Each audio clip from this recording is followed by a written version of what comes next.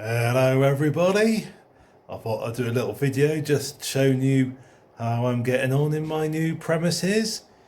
This is my second day being open and I'm slowly but surely getting there. So I'll twizzle you guys around and show you what I've done so far. I'm not going to be going out there really because it's miserable weather. As you can see, I've got that poster up in the window. I haven't had a sign yet painted along the fascia, so I've got someone booked in to come along next Friday to do the sign for the fascia. Tony, one of my sort of semi-regular customers, he kindly did this for me, so that's very kind of him. So I've got to get my business hours, opening hours, put up on one of the blackboards outside. I said, it's got some bits and pieces there. Obviously, in due course, that's going to be filled up. Also got some bits and pieces here. So that's taking shape a bit. Like I said, I'm slowly but surely getting the shelves filled. Because, well, this is Wednesday now. Wednesday the, what's the 15th, 16th, 18th? Wednesday the 18th. So last Saturday, Valentine's Day, I finished work for the day at 5 o'clock, and then this was at the Eco Gelato site, and I packed everything up. And over the course of Saturday night, Sunday afternoon, evening, and Monday, I packed everything up, moved loads of stuff down here, and started getting set up here. I mean, as you can see, I've still got quite a few shelves to fill. A couple of little things. Amy bought me this from Theodora's. That was the company that was in this shop before I moved in. They've gone down to Gillingham, and Amy got me that for Valentine's Day. I got her some roses. So Tony, the guy that done me the open and closed sign, on Monday he came along and he was helping me do a bit of setting up. He's a good bloke, he is. He's like very helpful, and I'm paying him in books. That's the payment he wants. So, oh, and he also did that. He's a bit of a painter. He done the spiral bit ages ago, and then yesterday he did the Green Man books with the books kind of falling into the spiral. So he's bought that for me for the shop, which is nice. Like I said, I'm slowly but surely I'm getting things into themes here. So like I said, this is like the sort of got Christianity, sort of religion here. I've got, this is kind of like sort of military stuff, war stuff. Obviously got like SAS, there's some like First World War bits of Second World War. Oh, and I've got on that, on that bottom shelf, I've started getting the railway books. There's a load more to come. That's kind of sort of transport. If I bring you around here, obviously that's the hardbacks.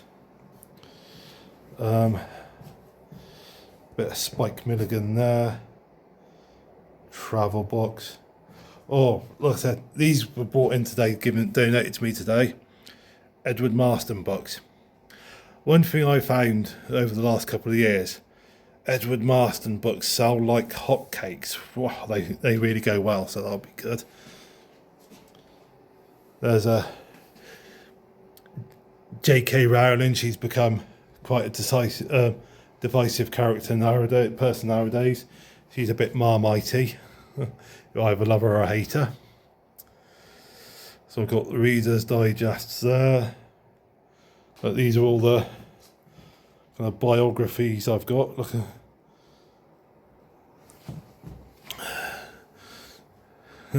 bit of a mixed mash. Biography on Thomas Cromwell, Stalin, Tommy Cooper. Got Cooper next to Stalin. I've got some autobiographies there and there. And right, that's going to be the Shakespeare collection. Right, here I've got royalty, the royal family. I've got sort of a bit of a local history books, local interest books. Not necessarily local to here. I mean, look there, for example, Sussex churches. So that'd be local interest if you're in Sussex. And I've got some more up here. Now the thing is, the reason I've got local interest there and there with royalty in the middle is that book there is too tall to fit into that gap. And I just couldn't be bothered moving the shelves around. Yeah, but look at that. Book of Axminster. When I lived in Lyme Regis, obviously I lived close to Axminster. Axminster famous for its carpets. Right, so look, got some history books there. And all down here, sort of the more eclectic mix of stuff. Mysteries of the Unexplained, Incredible Phenomena, Myths of Greece and Rome and all the rest. There's the sci-fi fantasy area. Got a load of Lee Child. Oh, who's that? Georgette Heyer. Some like Penguin books. There. What's down there? Oh, right, sort of like antique collecty stuff. Collectibles, 2014-15, Central Guide to Collecting, a couple of books on pewter, antiques from the Victorian home, and obviously Antiques Roadshow and car booters, yeah. Oh.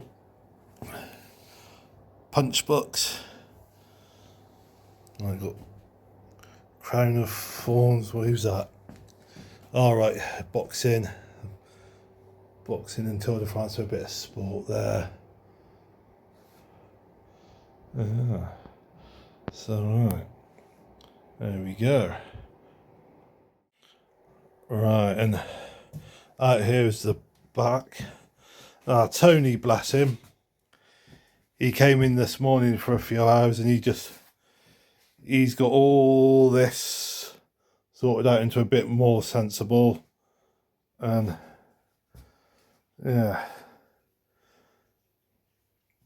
So obviously, as you see, got quite a fair old bit to do. But, I mean, bless him, Tony, he happily plodded along. He's got this a lot more organised than what it was. This is much better than what it was, so bless him, he's a good egg, he is, old Tony. So, yeah. He's going to be paid well in books. So, yeah.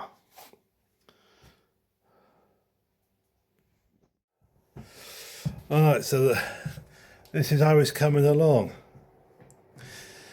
Now, I must admit, yesterday it was pretty quiet.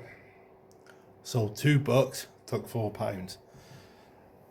You know, I mean, because I am tucked away a little bit, but then the rent here is a lot cheaper than it would be on the high street. I mean, if I was on the high street, it'd be absolutely picking crippling, because the rent I'd be paying on the high street, it'd be high enough for me to pay business rates. Whereas here, I'm below the threshold, so I don't have to pay business rates. So it's not so. No, I'm not going to be crippled on the rent and all the rest. Downside is the footfall here isn't quite as good as it would be on the high street. You know. So it's a catch-22, really, isn't it? You know, go where the footfall is. You get sort of screwed by the rent and the business rates, and you've got to sell a hell of a lot more books